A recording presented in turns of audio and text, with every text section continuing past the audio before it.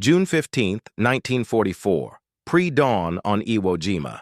Salt wind drifts over the volcanic flats, and the radar hut smells of hot varnish and damp canvas. Operators bend to green-lit scopes, expecting the strolling blips of a solitary reconnaissance plane. The phosphor stays blank. Headsets hiss. Transformers hum. A sergeant taps the bezel, then checks the Army Tachi early warning set beside it. Still nothing, as if the sky itself has been erased. Night falls over northern Kyushu. Searchlights rake a thin, high overcast while engines murmur like distant surf. Then scarlet blossoms lift above Yawata's steel works, and the delayed thunder reaches the streets below. The bombers have come from beyond the net. Boeing B-29, Superfortresses of XX Bomber Command, out of Chinese fields, riding the cold between 28 and 30,000 feet, where Japan's radar chain thins and the effective sealing of many 75mm batteries falters. Controllers scramble Ki-45 Toryu and J1N1 Gecko crews, but vectors arrive late. Contrails appear and vanish in the smeared moonlight.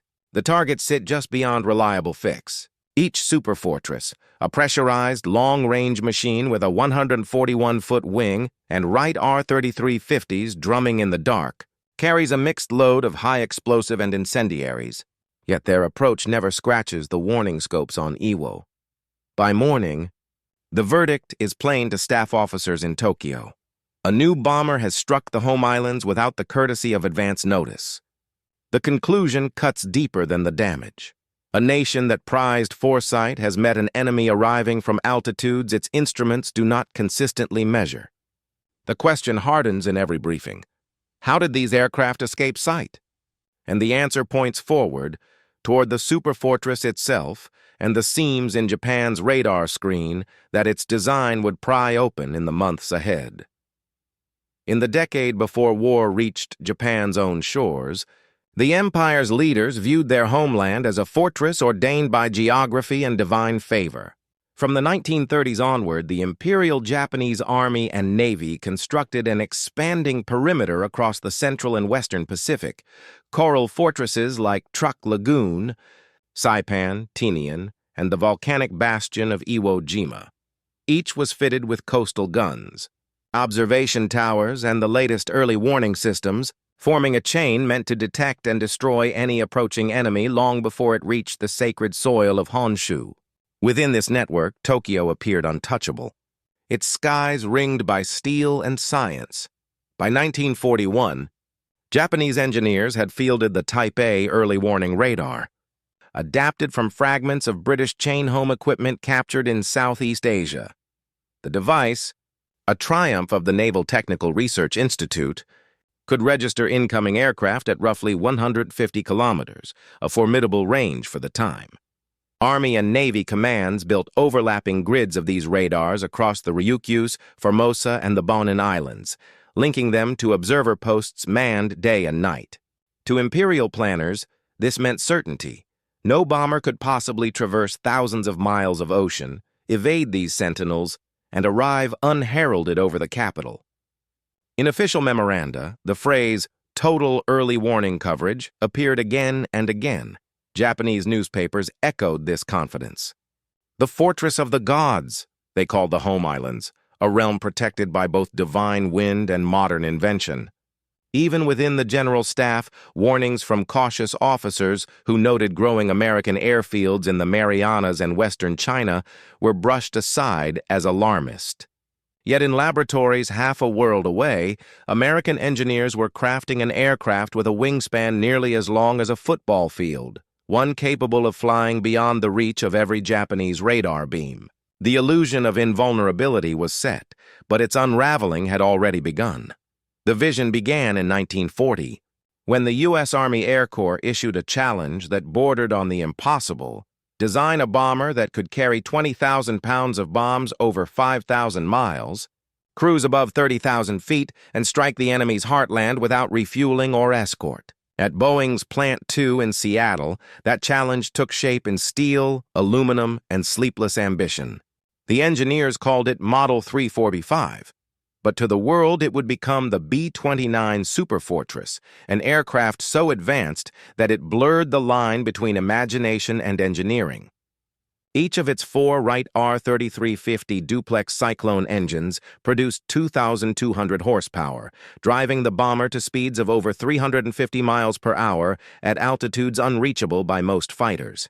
The pressurized cabins allowed crews to breathe and fight in air thinner than at the summit of the Himalayas, while the new analog General Electric Central Fire Control System let gunners command remote turrets through periscopic sights linked to primitive computers. A marvel of electromechanics years ahead of its time, it was a Titan born at a cost of $3 billion, the most expensive weapons project of the war, surpassing even the Manhattan Project until 1945. Yet in its infancy, the B-29 was temperamental. Test pilots at Boeing Field and Wichita wrestled with engine fires, hydraulic leaks, and faulty pressurization seals. On early flights in 1943, more prototypes burned on the ground than fell to enemy fire. But as technicians solved one defect after another, rerouting fuel lines, insulating cowlings, redesigning prop hubs, the aircraft matured into a masterpiece of long-range warfare. By mid-1944, entire production lines in Wichita, Marietta, and Bellevue poured out gleaming bombers at an unprecedented pace. A new formation, the 20th Air Force under General Hap Arnold, was created solely to wield this weapon across oceans and continents. In Tokyo, analysts still charted only medium-range B-25s and B-24s in their threat models. Nothing in their manuals accounted for a machine that could lift 10 tons of bombs from beyond the Pacific horizon and deliver them from a ceiling above radar reach. The weapon that would unmake Japan's defenses was ready for war. June 15, 1944, Chengdu, China. Dawn breaks over the dusty plains where the first squadrons of B-29s crouch beneath silk-thin mist. The 58th Bombardment Wing, part of the newly formed 20th Air Force, readies for its baptism under Operation Matterhorn. The air smells of aviation fuel and damp earth. Crews work in silence, faces gray with exhaustion from weeks of hauling supplies across the Himalayas. Every drop of gasoline in their tanks has been flown over the hump from India by other B-29s, converted into flying tankers. For each combat sortie, 6 other aircraft have labored to feed it. Yet this morning, 98 of them roar to life on the Chengdu airstrips, massive, silver-winged machines that dwarf the fields carved from farmland by tens of thousands of Chinese laborers. Their target lies over 2,500 miles east, the Imperial Steel Works at Yawata, on the southern Japanese island of Kyushu. By nightfall, the bombers rise over the Himalayas, climbing into jet stream winds that buffet them like waves. Oxygen masks frost. Engine temperatures edge toward the red line. When they finally cross the inland sea, Japan's early warning stations remain silent. The Type A radars, optimized for conventional altitudes, barely register the intruders at 31,000 feet. Then the first bombs fall. Fire blooms along the Yawata complex, molten sparks dancing against the black water below. The raid lasts only minutes. Anti-aircraft guns grope at empty air. Few shells burst high enough to reach the bombers. Only one aircraft fails to return. At dawn, Japanese engineers comb through the wreckage and find twisted fins marked Seattle 1944. For the first time, Tokyo learns that an enemy aircraft has bridged the entire continent of Asia. Reports to the Imperial General Headquarters admit a chilling truth. The enemy came from beyond the range of known detection. Though the Matterhorn raids proved unsustainable, crippled by fuel shortages and weather, they had torn a hole in Japan's illusion of safety. The next assault would not come from China's inland plains, but from islands seized by force, bases close enough to strike Japan every night, July. 1944, Saipan's cliffs still reek of cordite, and rain when bulldozers begin their work. The battles for Saipan, Tinian, and Guam have left the Marianas a graveyard of wrecked tanks, burned palm groves, and shattered bunkers. Yet even before the smoke clears, the U.S. Navy's Seabees arrive with graders, steamrollers, and steel matting. Their mission is not conquest, it is transformation. By autumn, coral dust fills the air as entire hillsides are leveled into runways long enough to launch giants. Northfield on Tinian soon becomes the largest airbase in the world. 8 square miles of runway and revetment stitched together with pierced steel planking. Its 4 runways stretch more than 8,500 feet each, capable of bearing the 135,000-pound B-29s and their loads of fuel and incendiaries. From here, Tokyo lies just 1,500 miles to the northwest, squarely within the Superfortresses' 3-200-mile range. Japanese intelligence, receiving grainy aerial photographs through neutral intermediaries, recognizes the threat but misjudges its immediacy. Reports filed in Tokyo note American preparations for long-range sky attack, yet the General Staff believes it will take half a year before operations can begin. They are wrong by months. By November 1944, entire wings of gleaming bombers, each painted with tail codes like square P for the 497th and triangle N for the 6th, stand nose to tail across Tinian's white coral runways. Reconnaissance submarines patrolling the Marianas relay desperate sightings. Vast construction of airfields for heavy bombers.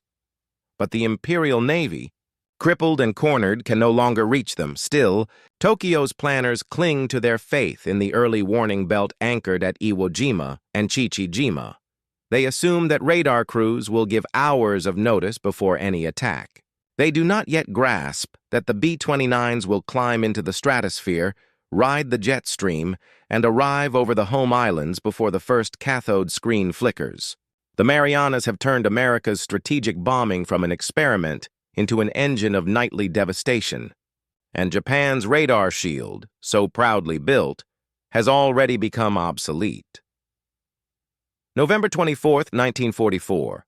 Saipan's runways tremble under the combined roar of 111 B-29 Superfortresses. The air smells of scorched fuel and coral dust as General Emmett O'Donnell Jr.'s crews lift off into the tropical dusk. Their orders: strike the Musashino Aircraft Works in Tokyo, the industrial heart of the Nakajima Empire. As the bombers climb to 30,000 feet, the temperature drops to freezing and the Pacific turns to silver beneath them. Hours later, Japanese radar crews at Jima and Iwo Jima stare at silent scopes, waiting for a warning that never comes. Then, without prelude, Tokyo's night erupts in thunder. Explosions ripple through Musashino's hangars, glass showers the streets of Kichijoji, and searchlight operators swing their beams wildly into the empty black. To many below, it seems the bombers have materialized from the stars themselves. Over the next weeks, the raids multiply. By early 1945, General Curtis LeMay assumes command of 29 Bomber Command and discards high-altitude precision for a new doctrine: low-level incendiary attack.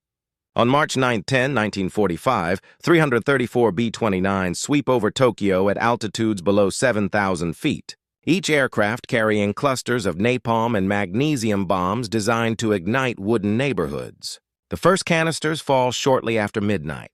Within an hour, the city becomes a furnace. The flames merge into a single firestorm that devours oxygen and hurls embers miles high. Entire districts vanish. The Sumida River boils with refugees. More than 100,000 people die before dawn, the greatest single-night death toll of the war. Through it all, Japan's radar network remains blind. The Type A sets cannot track targets above 27,000 feet, and coastal arrays are crippled by reflections from the sea. General Toshio Tamura later writes, "It was as if they came through the sky itself, without warning." Fighter bases at Atsugi and Yokota scramble too late.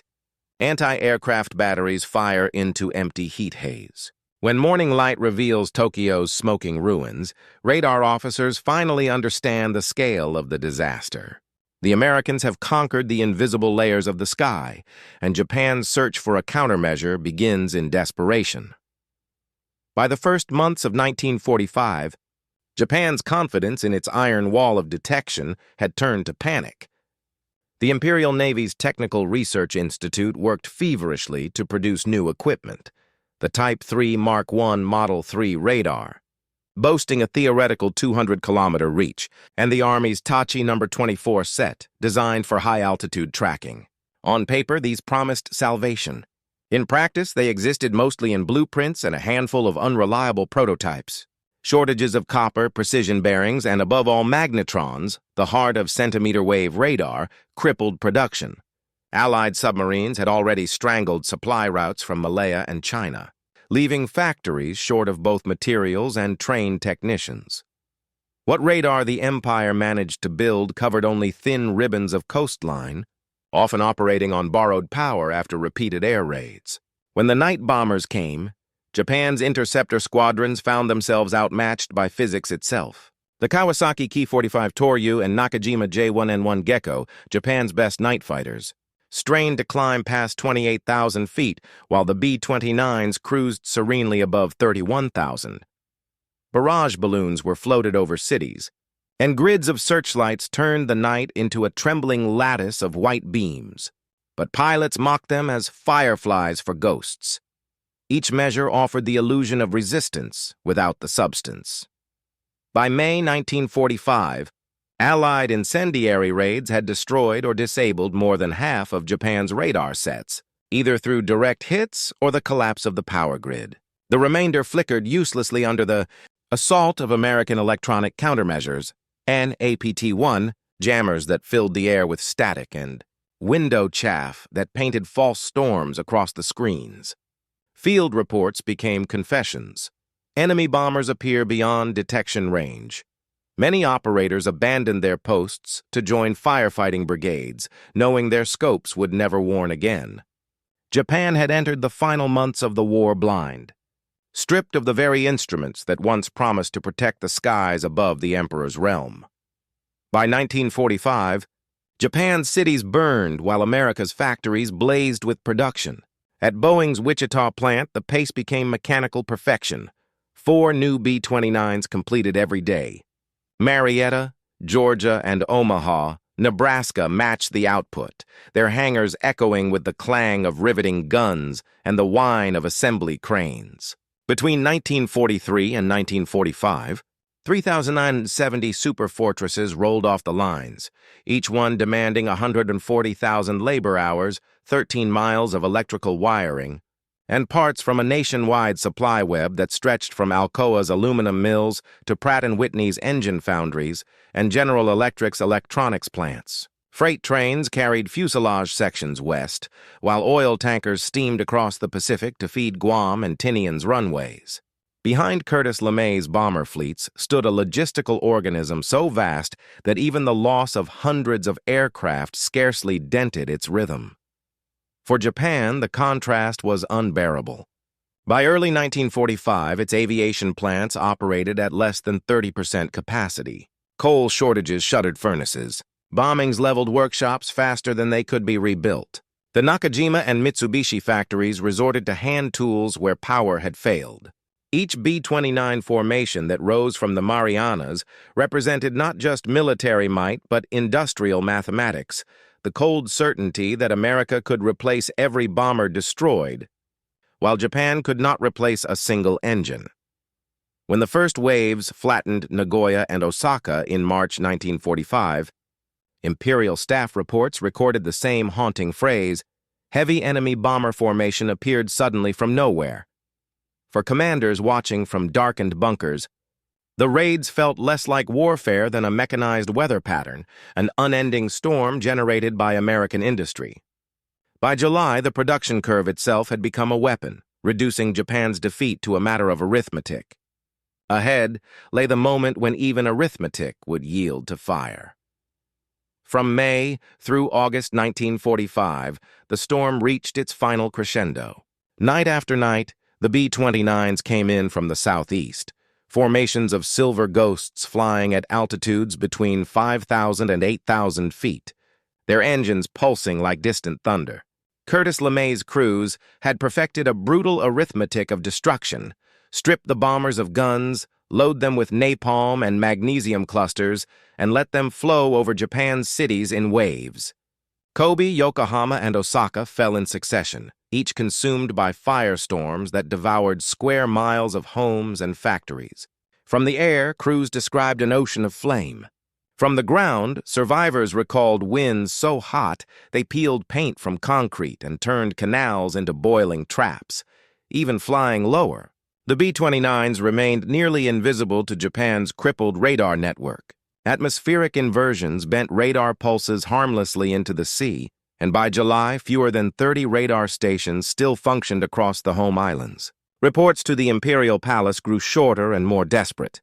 One delivered to Emperor Hirohito read simply, "Enemy raids commence without signal or sighting." The meaning was clear. Japan no longer possessed warning, only aftermath. Then came the final blows. On August 6, 1945, the Enola Gay crossed the coast near Hiroshima almost unnoticed until a single bomb erased the city. 3 days later, Boxcar did the same over Nagasaki. Both attacks came in silence. No alarms, no radar traces, only the flash of a new sun. Officers who once invoked divine winds now spoke of a sky without warning. The terror of the invisible bombers had merged with the dawn of atomic fire. On August 15th, the Emperor's voice broke through the radio static to announce surrender. The Imperial War Diaries' last entry for August 14th reads with quiet fatalism. B-29s overhead again. No alarm sounded. For those who lived beneath the raids, the B-29 was less an aircraft than an omen.